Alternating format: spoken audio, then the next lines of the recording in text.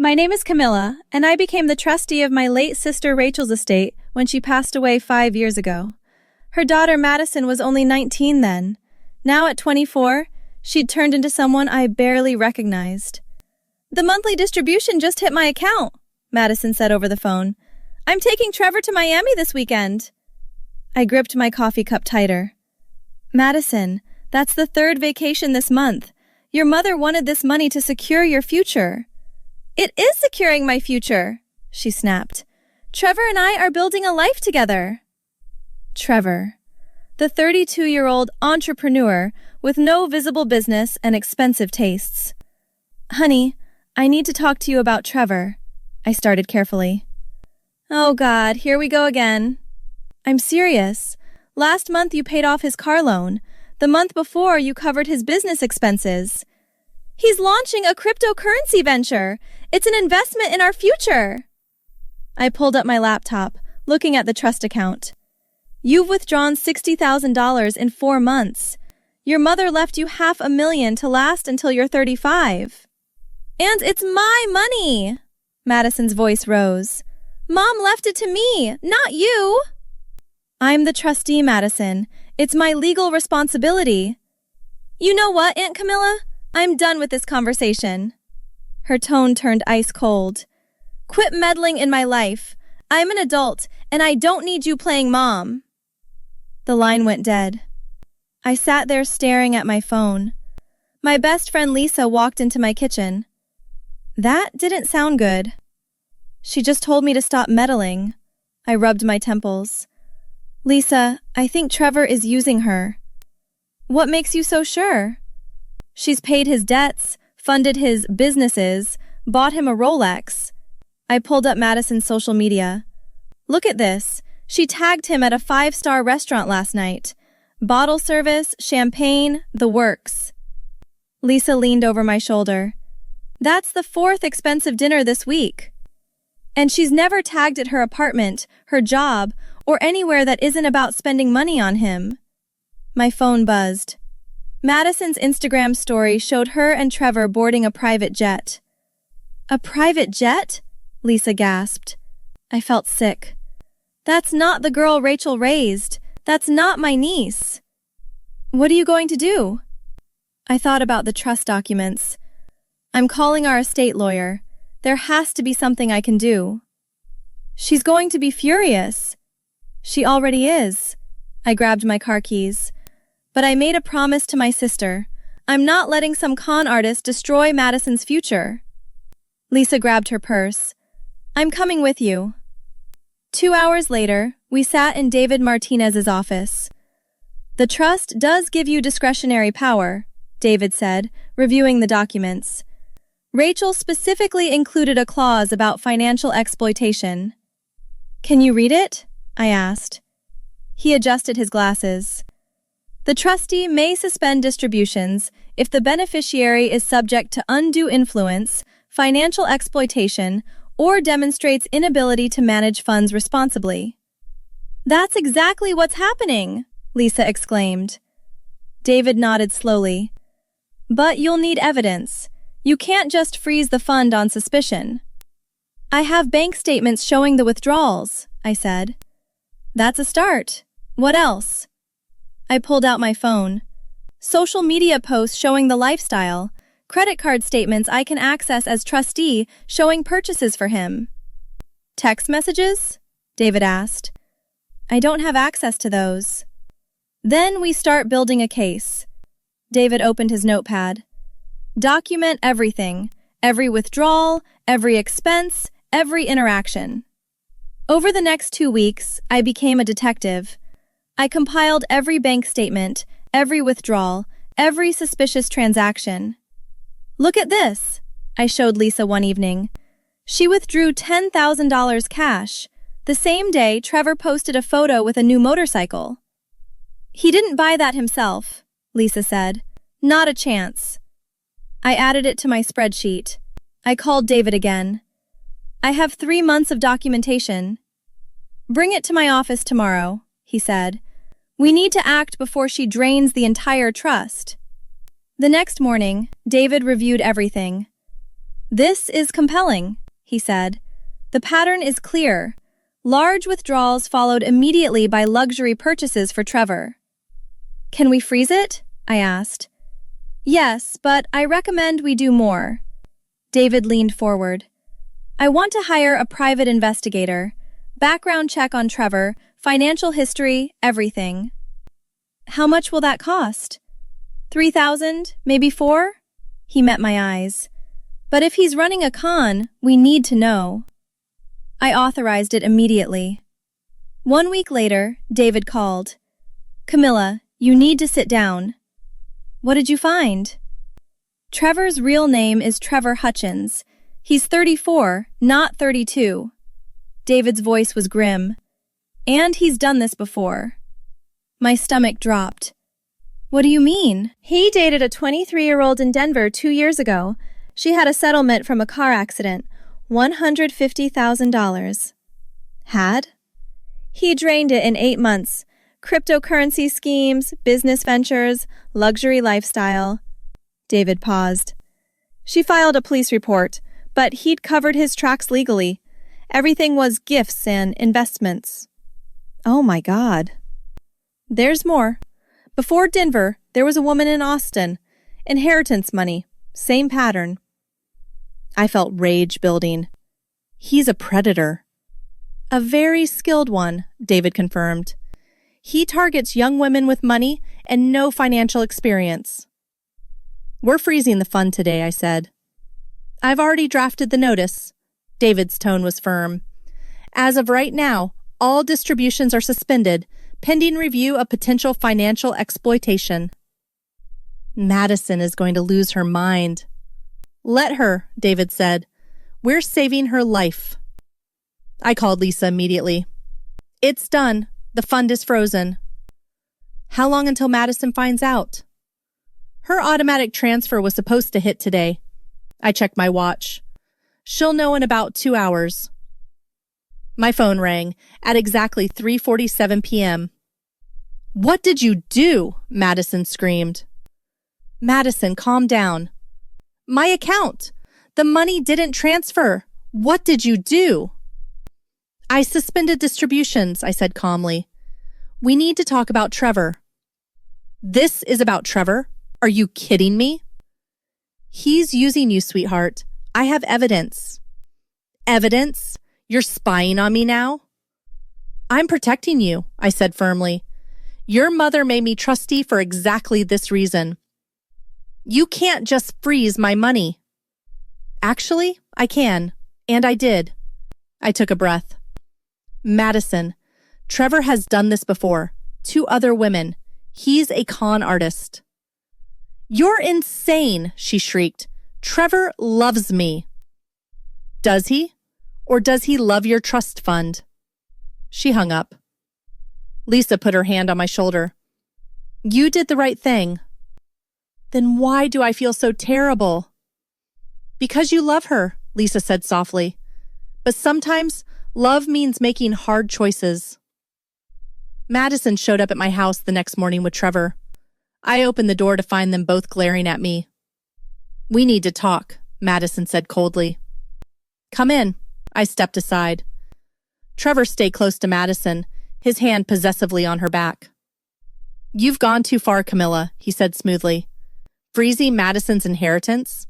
That's controlling and abusive. I looked directly at him. Trevor Hutchins, right? Or do you prefer the name you used in Denver? His face went pale. What's she talking about? Madison turned to him. I don't know what... Denver? 2 years ago? Rebecca Patterson. I pulled out the investigator's report. Ring any bells? Who's Rebecca Patterson? Madison demanded. His ex-girlfriend, I said calmly. The one whose settlement money disappeared in 8 months. That's not... Madison, this is crazy, Trevor stammered. And before that, Austin, Jennifer Morales, inheritance money. I handed Madison the report. Same pattern, same con. Madison snatched the papers, reading quickly. Her hands started shaking. Baby, listen to me, Trevor grabbed her arm. Those women were different. They were irresponsible with money. Like I am? Madison's voice cracked. No, I mean, we're building something real. You bought a motorcycle with my money, Madison whispered. The jet to Miami, the Rolex, the restaurants. Those were investments in us. Were they? I asked. Or were they just you living large on her dead mother's money? Shut up, Trevor pointed at me.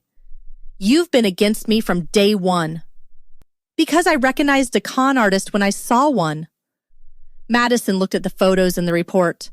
Rebecca Patterson, Jennifer Morales, both young, both had money, both ended up broke. Get out, Madison said quietly. Baby, get out, she screamed at this time. Get out of my life.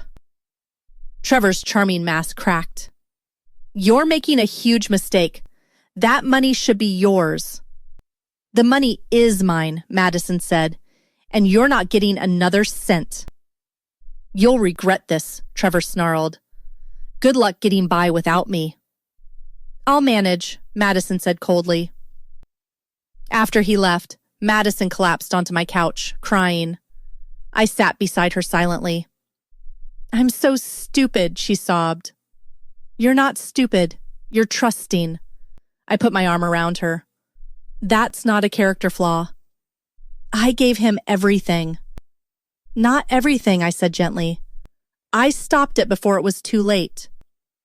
She looked up at me with red eyes. I told you to quit meddling. I know. I'm glad you didn't listen. 2 weeks later, we sat in David Martinez's conference room for the official trust review hearing. David had arranged for a neutral mediator to oversee the proceedings and make recommendations. Let's begin, mediator Patricia Walsh said. Ms. Camila Rodriguez, you've suspended distributions. Please explain. Madison was being financially exploited, I said. I had evidence of systematic manipulation by Trevor Hutchins. Ms. Madison Torres, how do you respond? Patricia asked. Madison took a breath. My aunt was right. I was being used. Patricia made notes. The trust includes safeguards against exploitation. Ms. Rodriguez, walk me through your evidence. David presented the bank statements. $60,000 in 4 months. Large withdrawals consistently, followed by luxury purchases for Mr. Hutchins. I see private jet rental here, Patricia observed. That's $12,000. I paid for it, Madison admitted quietly. He said it was romantic. And this motorcycle? Patricia pointed to another statement. Also me. Madison's voice was barely audible. He said he needed reliable transportation for his business. What business? Patricia asked. Cryptocurrency trading. Or that's what he told me. Madison looked miserable. There was no business. David handed Patricia the investigator's report. Trevor Hutchins has a pattern of targeting young women with inheritances or settlements. Patricia read silently for several minutes. This is quite damning. He's done this 3 times that we know of, David said. Madison, did you know about his history? Patricia asked. No, ma'am. He told me he'd never been in a serious relationship before. That was a lie, I said.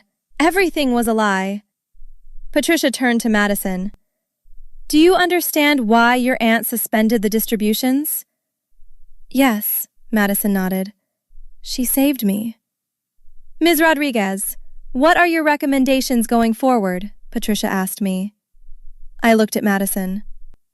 I think she's learned from this, but I recommend structured distributions with financial counseling. I agree, Madison said quickly. I want to learn.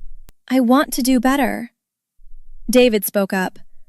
I suggest monthly meetings with a financial advisor, quarterly reviews with Camila, and a clause requiring approval for any withdrawal over $5,000. That seems reasonable, Patricia said. Madison, do you consent to these terms? Yes, absolutely. Madison's voice was firm. There's one more thing, I said. Trevor tried to contact her again yesterday. Patricia's eyebrows rose. What happened? He sent texts saying he made mistakes, Madison said. That he wants to talk, make things right. And your response? Patricia asked. I blocked him, Madison said. I don't want his apologies. I want him gone. Good, I said firmly. He doesn't deserve a second chance. David pulled out another document. We've also filed a restraining order. Trevor is not to contact Madison through any means. Excellent, Patricia approved. Now, regarding the trust itself, she reviewed the terms carefully. I'm ruling that Ms. Rodriguez acted appropriately within her authority as trustee. The suspension was justified and necessary. Madison exhaled in relief. However, Patricia continued, I'm reinstating distributions under the conditions discussed. Monthly amounts will resume, but with oversight and approval requirements. Thank you, I said. Madison, Patricia looked at her seriously. Do you understand how close you came to losing everything? Yes, ma'am. If my aunt hadn't stopped it, Madison's voice broke. Then thank her, Patricia said simply. Madison turned to me, tears streaming. Thank you, Aunt Camila, for not giving up on me, for meddling when I told you not to. I squeezed her hand. That's what family does. David gathered his papers. I'll file the updated trust documents today. What happens to Trevor? Madison asked. The investigator's report has been shared with authorities, David said. If they find criminal fraud, they'll pursue it.